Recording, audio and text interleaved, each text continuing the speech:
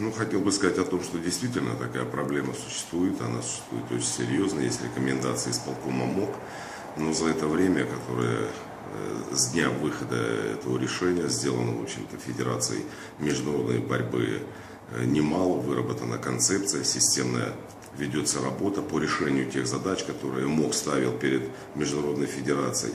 Вы знаете, что произошла смена руководства Международной Федерации, что, к сожалению, бывший президент Международной Федерации был не в состоянии решать те задачи, которые МОК перед ним ставил. Мало того, эти задачи все были исключительно в его персональной компетенции.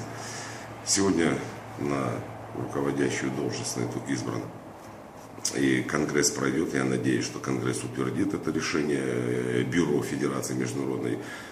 Ненад Лалович, человек очень ответственный, человек очень образованный, человек, желающих изменений, качественных в самой структуре ФИЛА, человек, который видит и понимает, по какому пути должна идти мировая борьба. Естественно, повсеместно мы ему в силу наших возможностей помогаем реализовать те задачи, которые поставлены сегодня перед мировой борьбой.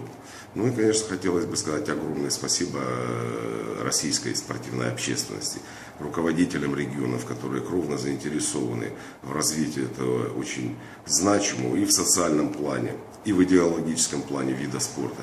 Хотел бы сказать огромное спасибо Егору Афанасьевичу Борисову за его поддержку, за его понимание той сложной ситуации, в которой находится сегодня мировая борьба, и в том числе и российская борьба. Конечно, для Якутии вид спорта – это градообразующий, с огромными, колоссальными, великими победными традициями, с прекрасным настоящим, я уверен, с блестящим будущим.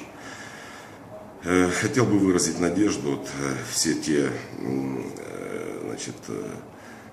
вся та работа, которая сегодня ведется по поиску компромисса с Международным олимпийским комитетом, с исполкомом Международного олимпийского комитета, она даст свои плоды. И я надеюсь, что все-таки в итоге МОК примет мудрое и очень взвешенное решение по отношению спортивной борьбы.